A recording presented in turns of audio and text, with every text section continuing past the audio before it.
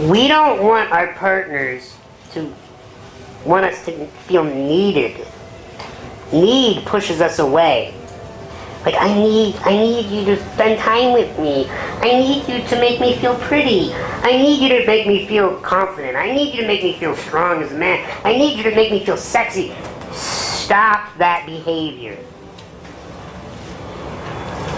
No one needs to do anything for you. Want is different than need. I want you to do this for me. I would like you to say these things more often. I was hoping that we could do this together. That's a totally different space. Do you get that? Yes or no? Yes. That is far more stable. I know I'm in a good relationship with a woman when I know that she doesn't need me. When I know if I walked away, her life would continue being amazing. That I wouldn't destroy her. That I'm not holding her up. That I'm not everything in her world. That if I moved away, died, fell out of love with her, she'd be alright. Nothing could be sexier to me. And I speak for all stable men. Now, men, listen closely. You don't need a woman to feel validated. And I got into the trap, and sometimes still fall into it, where I think that I need a certain structure, size, shape, type of woman on my arm to go to an establishment to show other men that I am bringing value to this world. And men can understand this. Maybe this is new to you women. But a lot of men have lots of sex with women and try to get the prettiest girls so they can feel validated by other men. And I know for women, y'all aren't dressing up and going to clubs to look good for us.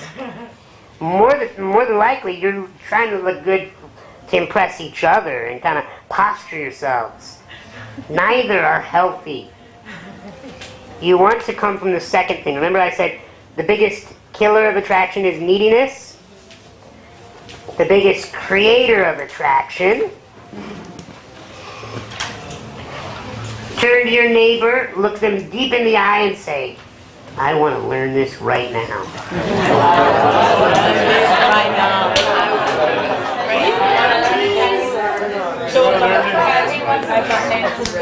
But tomorrow I want to live. Okay.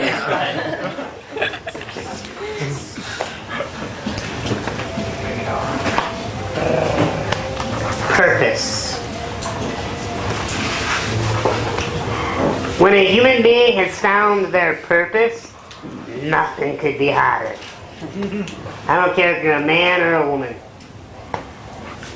When a woman has found the purpose to her life, I know that she doesn't need me. She can want me, and I prefer that. And the same holds true with women to men. Nothing is sexier to a woman's mind than a man that's so on his purpose to do something on this planet. And it doesn't have to be massive. It doesn't have to be like, I'm here to create a company to make millions and billions of dollars to change the economic system of our education structure. Although Vision, I support you in that. It doesn't have to be that massive. I'll give you an example of the last girl I dated. The guy that she dated before me, and now we're like best friends. We won't go into that story. But so now, when I was with her, I was like, okay, her other boyfriend before me was super needy, and I'm like, so like, how did you ever get into that guy? And she's like, well, he wasn't always that needy. Like when I met him, he was really into this band, and he followed this band around, and he knew all the songs to this band, and he was like their #1 fan, and that was hot. I'm like, what? And I thought, I'm like, damn, that bar is so low. Like, I must be kicking his ass. Look at me. I mean, what? And I continued to research this with her and research this in my life. And I realized this man had a purpose. Follow that band. Know the music. Learn the lyrics. Go to the concerts. Be in the front row with signs. Support this band. And that was enough for her. It varies depending on the woman. But that was a purpose for him. And he was on it. And man, she couldn't do anything to get him off of that purpose. And she would try.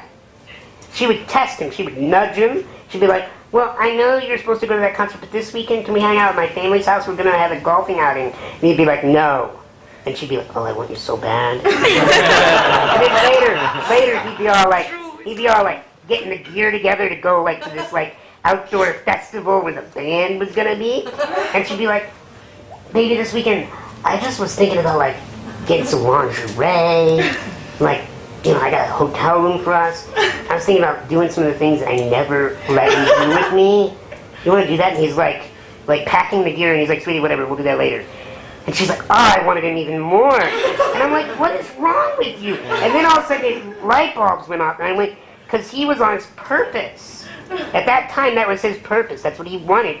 And there's nothing she could do to get him off of that purpose. Have you read The Alchemist? Yes. Read The Alchemist again. She says to him, find your path, and don't come back until you do. Leave me here. It was this cultural thing in that book where she was like, leave me to desire you as you are on your path. Men, when you find your path, the women and the woman of your dreams, they will test you to see if they can get you off their path. It's not because they're evil. It's not because they even realize they're doing it. It's because they want to be assured that nothing will knock you off your path. Because if nothing can knock you off your path, then nothing will get between you and her and the world. That the world will not shake you and scare you and leave her in her fears and in her own pain and her own problems. Because if she can't shake you off the most important thing, your path, then you will be a rock for her. Is that soaking in? Yes. Now, women, try to raise your standards a little bit higher than a dude that's following a band. Because the quality of relationships you have are directly correlated to the benchmark of the type of standards you have. I created a women's seminar back in Chicago, and it was just so awesome. I loved the experience. It was called it was just for women, Raise Your Standards Now. Write that down, women and men. Raise your standards now. So what's a standard?